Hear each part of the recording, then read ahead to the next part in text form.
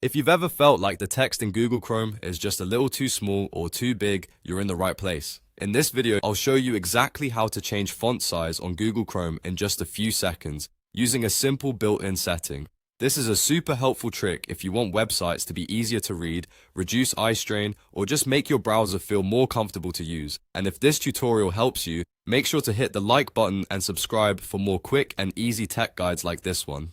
Alright, let's jump right in. First, open Google Chrome on your computer. In the top right corner of the browser, you'll see the three-dot menu. Click that menu to open Chrome's main options. From here, look for Settings and click on it. This will take you into the Chrome settings page where you can customize different parts of your browser.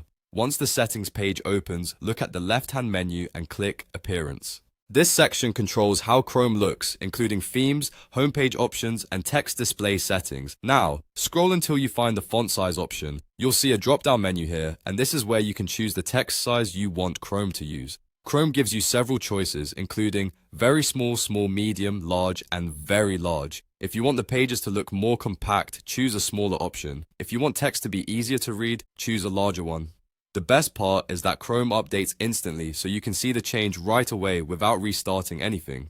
Keep in mind that this setting changes the font size on websites as you browse, making everything more comfortable to read based on your preference. If you ever want to adjust it again, just come back to the same appearance section and choose a different size. That's all there is to it.